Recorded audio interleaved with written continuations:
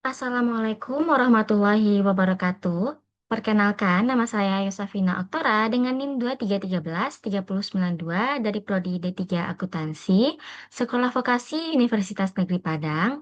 Pada video ini, saya akan menjelaskan mengenai analisis likuiditas keuangan PT Campina Ice Cream Industri Tbk pada tahun 2019 sampai 2024, yang mana tugas ini merupakan tugas mata kuliah Teknik Penulisan Tugas Akhir yang diampu oleh Bapak Halkadi Fitra, SEMM. Baik, dimulai dari pendahuluan, yaitu latar belakang. Yang pertama itu adalah pentingnya likuiditas. Likuiditas ini penting karena likuiditas merupakan pilar fundamental dalam menilai kesehatan operasional dan keberlanjutan suatu entitas bisnis. Kemampuan memenuhi kewajiban jangka pendek tanpa mengganggu operasional inti adalah indikator krusial di tengah volatilitas ekonomi global.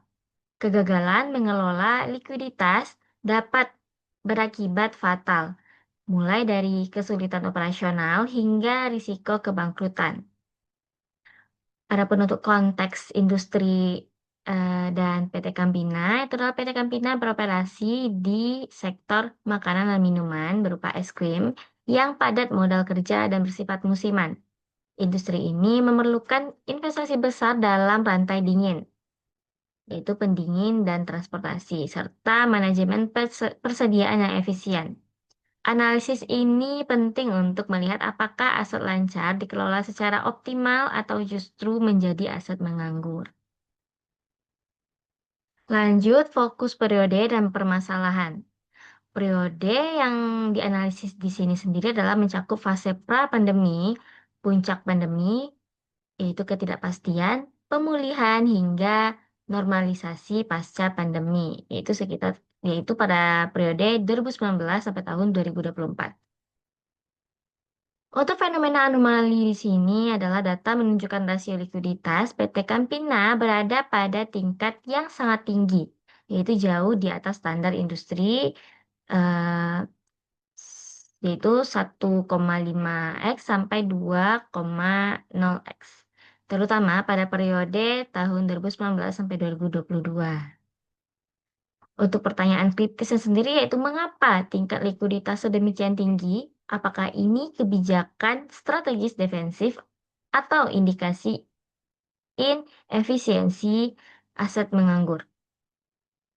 Untuk tujuan analisis sendiri yaitu adalah untuk memetakan tren kebijakan likuiditas dan mengaitkannya dengan peristiwa ekonomi serta keputusan strategis. Yang akan kita bahas di sini adalah berupa rumusan masalah penelitiannya, yaitu yang pertama ada rasio lancar, yaitu bagaimana tren likuiditas PT Campina pada tahun 2019 sampai 2024 diukur dengan rasio lancar. Untuk rasio cepat sendiri masih sama, itu bagaimana tren likuiditas PT Campina pada tahun 2019 sampai 2024 diukur dengan rasio cepat. Begitu juga dengan rasio kas, bagaimana tren likuiditas PT Campina pada tahun 2019 sampai 2024 diukur dengan rasio kas. Dan juga ada interpretasi, yaitu bagaimana interpretasi keseluruhan kondisi likuiditas terhadap standar industri. Lanjut, yaitu tujuan dan manfaat penelitian. Untuk tujuan penelitian sendiri, yaitu menyambung dari rumusan masalah tadi, yaitu menganalisis dan memetakan tren rasio lancar, rasio cepat, dan rasio kas dari tahun 2019 hingga tahun 2024. Dan juga untuk memberikan interpretasi komprehensif mengenai kondisi likuiditas PT Campina dan implikasi manajemen keuangannya. Nah, untuk manfaat penelitiannya di sini sendiri, yaitu bagi perusahaan, itu adalah evaluasi efisiensi manajemen modal kerja. Bagi investor, itu untuk informasi kesehatan keuangan jangka pendek. Dan bagi akademisi sendiri, itu adalah untuk studi kasus manajemen keuangan eh, sektor makanan dan minuman. Kita lanjut kepada bab selanjutnya, itu adalah kajian pustaka. Sini kita akan membahas konsep likuiditas. Definisi likuiditas.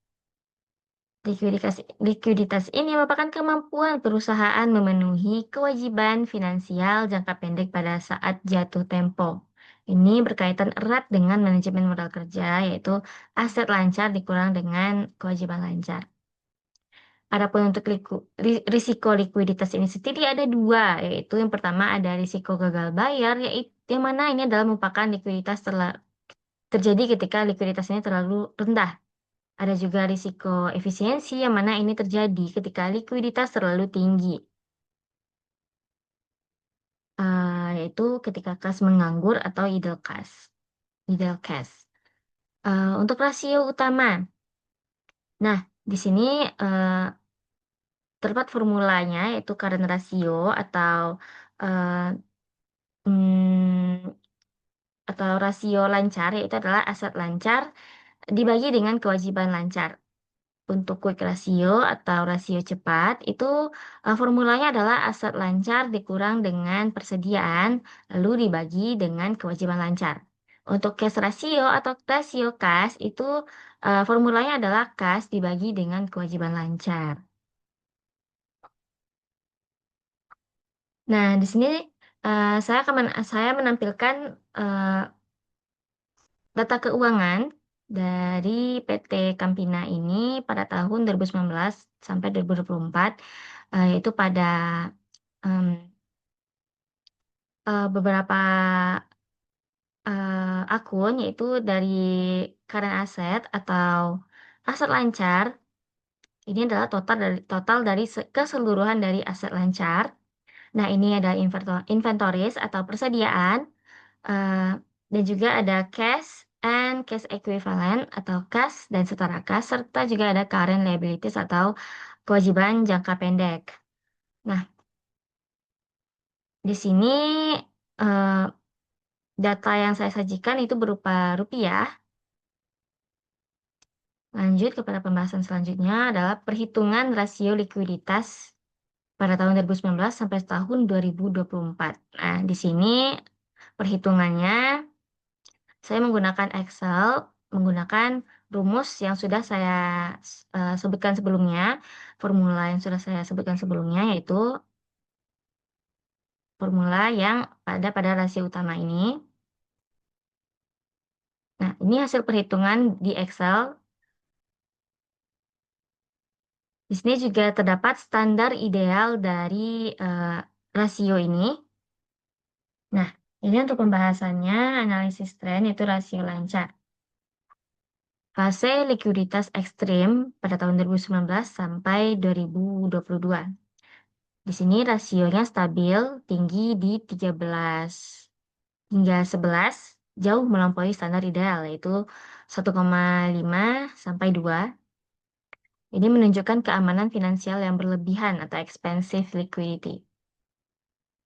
Fase normalisasi yaitu fase normalisasi cepat, yaitu pada tahun 2023 sampai 2024, itu penurunan drastis menjadi 6x pada tahun 2023 dan 5 pada tahun 2024. Interpretasinya yaitu adalah penurunan ini mengindikasikan kebijakan manajemen untuk mengurangi aset menganggur dan mengalokasikannya ke investasi non lancar. Rasio 5 masih sangat rasio 5 masih kondisi sangat sehat.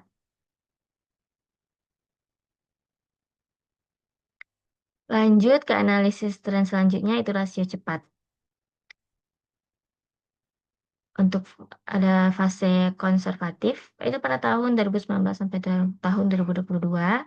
Di sini rasio stabil antara 9 hingga 11, menunjukkan persediaan tidak mendominasi aset lancar dan aset sangat cair, yaitu kas atau piutang itu sangat memadai. Untuk fase penurunan terkendali pada tahun 2023 sampai tahun 2024 itu anjlok menjadi 5 pada tahun 2023 dan 4 pada tahun 2024. Untuk interpretasinya itu meskipun turun, rasio 4 masih jauh di atas standar ideal 1. kemampuan bayar utang jangka pendek tanpa menjual persediaan tetap sangat kuat.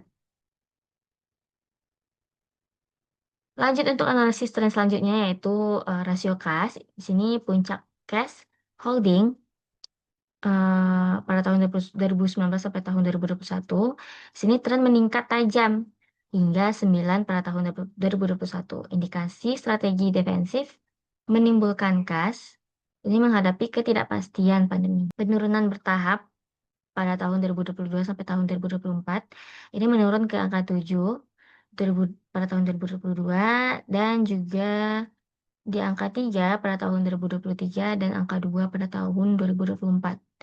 Untuk interpretasinya sendiri, total penurunan mencerminkan penggunaan kas yang sebelumnya menganggur, rasio 2 tetap superior, mampu melunasi 2 kali lipat kewajiban lancar hanya dengan uang tunai.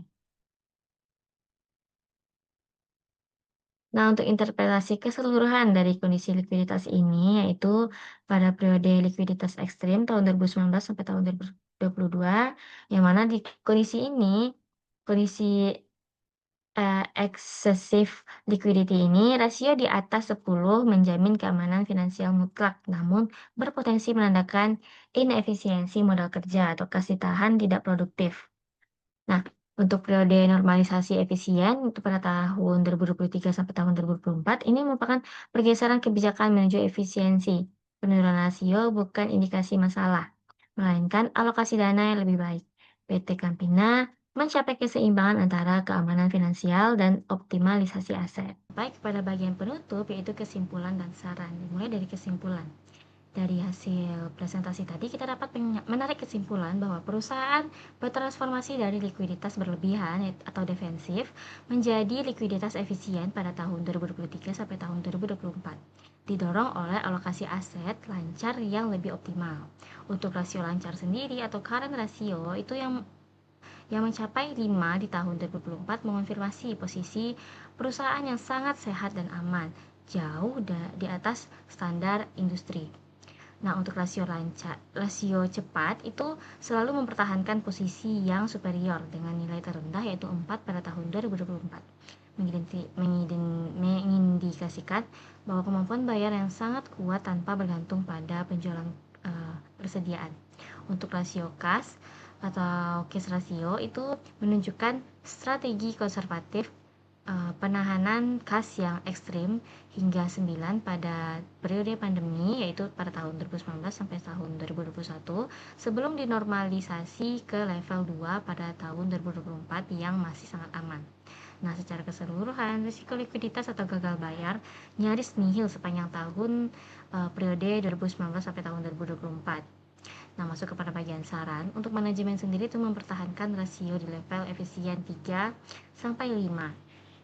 Alokasi kelebihan kas untuk ekspansi atau dividen guna meningkatkan profitabilitas. Nah, untuk investor, PT Campina adalah investasi yang aman dari sisi likuiditas atau risiko gagal bayar rendah. Nah, untuk peneliti lanjutan, mungkin dapat mengaitkan temuan likuiditas tinggi ini dengan rasio profitabilitas atau ROA untuk mengukur dampak inefisiensi modal kerja. Baik, sekian presentasi dari saya. Apabila ada kesalahan kata mohon dimaafkan. Saya akhiri dengan wabillahi taufiq wal hidayah.